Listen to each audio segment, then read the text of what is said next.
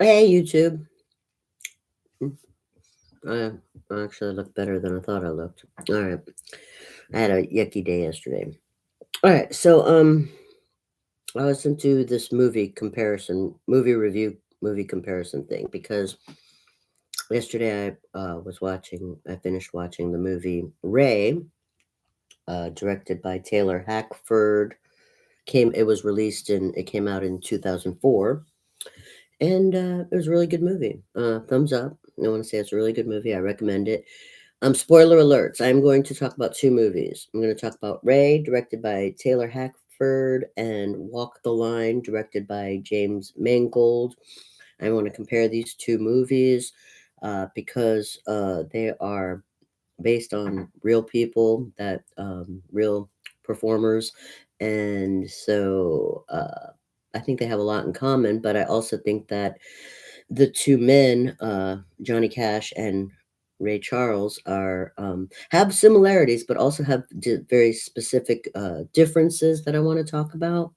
And I think it's really interesting because they're both, you know, in music history, very big names in music history. So I definitely want to talk about the comparisons between these two films. Well, okay, first of all, they're supposedly based on their lives, right? I mean, okay. I mean, the Ray movie came out in 2004, and that is actually that's the year that Ray Charles is said to have died in 2004. Whereas the Walk the Line movie about Johnny Cash came out in 2005, but he is said to have died in 2003.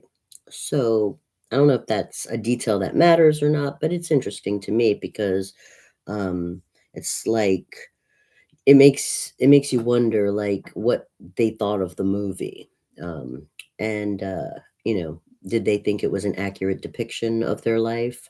Did the directors Taylor Hackford and James Mangold did they get it right? I guess I mean some questions you never really know the answers to, but we have our opinions, and I'm going to share some of mine. Okay, so I do like both of the movies. I think they're great movies, and whether it's accurate or not, only Johnny Cash or Ray Charles would know that. But I mean, let's just go with, it's pretty accurate. Let's just go with that, and see what we see about these movies, right? Okay, so Ray Charles, what did I learn about his life watching this movie? Well, I knew he was blind, but I mean, I didn't know how he ended up being blind, and it shows that in the movie. It's a really sad childhood. He was poor. He had a really great mother. We're just going by the movie now. According to this movie, he had a great mother.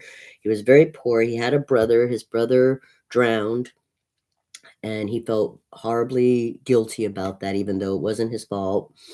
Mm,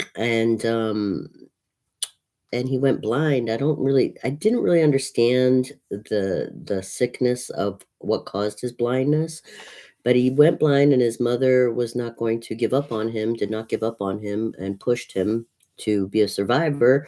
And then he got into music, which makes sense because, I mean, his ears were like his eyes. So that was really cool to show us, his origins. I mean, it was sad too, really tragic. Uh, uh, and then basically, he starts getting into the music world, and you see sort of the same things that you see other famous musicians go through, including what Johnny Cash go through. And now let's go to the other movie, Walk the Line, where we're talking about the Johnny Cash thing. Well, we didn't really see much of Johnny Cash's childhood. We do know that, you know, he spent some time in jail, and he wanted to be a musician, and he marries June no no he marries Vivian, okay? And mostly it's like, see, it's a little bit different. With Ray, he was a musician before he got married. Whereas with Johnny Cash, he married. Vivian and then became a musician. So it's kind of there's a little detail there that's a little different. Ray was already a musician before he got married. That's an interesting detail, I think. Um, and then they have also something similar in common, where Johnny Cash and June Carter were really, you know, big and popular on the stage. And in the movie Walk the Line, you can see how Johnny Cash really falls in love with June, and Vivian is like sort of like it almost seems like Johnny Cash resented his wife Vivian, like she was kind of, you know, in the way or mocking him in his success or something. That's how it sort of seemed. Whereas it's the opposite in the Ray movie. See, his wife Della uh, was still always number one, even though he had this Margie Hendricks, who was kind of like his June Carter. Even though he had Margie, he was always, you know, his first wife Della was always number one to him. And it was different dynamics because you see, instead of June like freaking out in Walk the Line about, you know, whatever women freak out about, um, Margie, the one on stage, was the one freaking out. So it's like totally different, um, the dynamic there. Uh, and it's kind of, I think that's very interesting to see that June, Vivian, and Della and Margie are sort of the same. It's the same situation.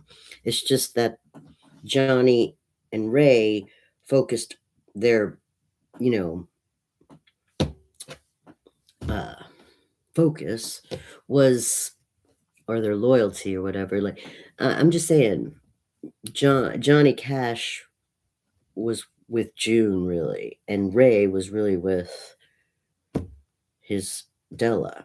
You see, it was totally a different loyalty.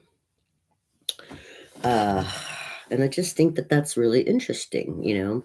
And then I don't think it has to do with the fact that Ray was blind and Johnny wasn't. I really don't think it has to do with that. It just has to do with the way the difference between the men. Um,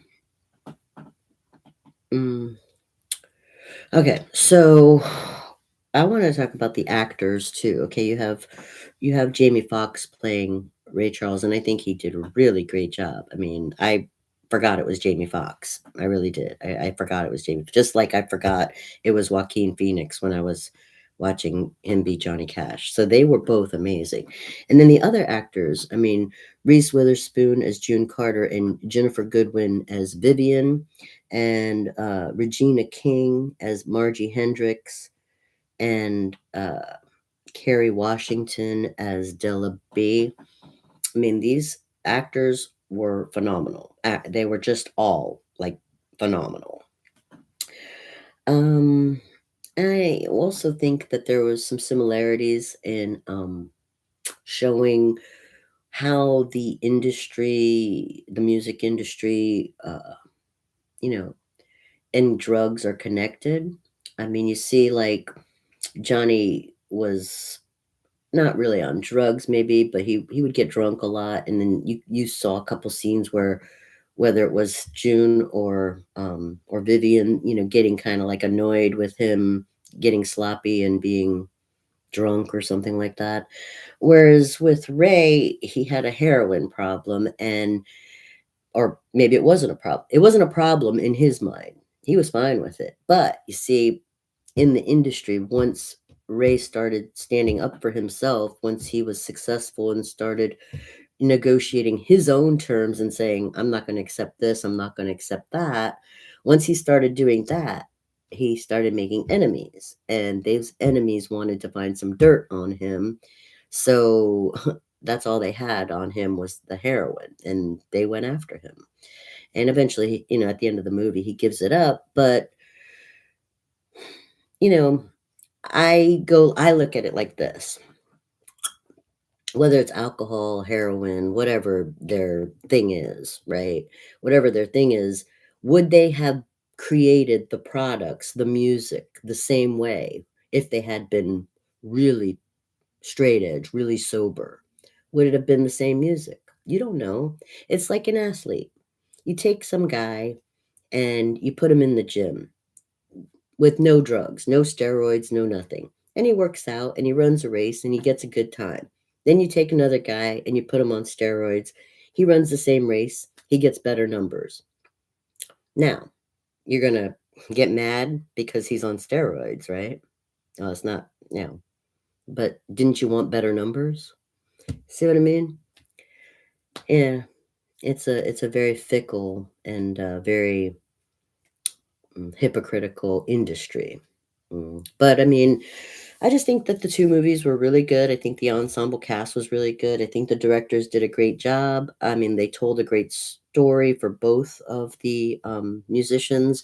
And I don't claim to know the accuracy of those stories because Johnny Cash was born in 1932 and Ray Charles was born in 1930. So they were born, you know, at the same, at pretty much at the same time. And, they lived and did that, their music. I mean, people who love Ray Charles music, they may not really understand why people like Johnny Cash's music or vice versa. They're not the same kind of music, not really.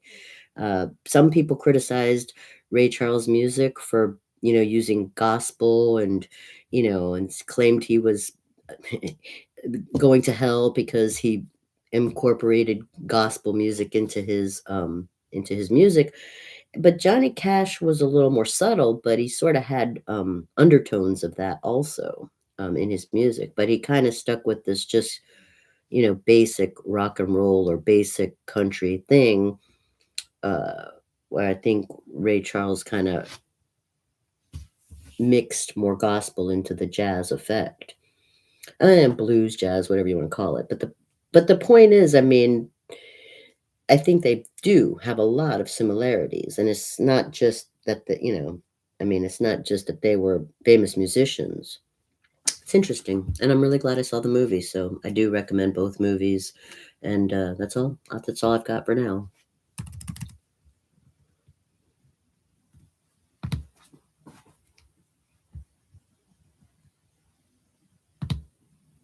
I don't know. For some reason, oh, there's the button. Like, where's the button?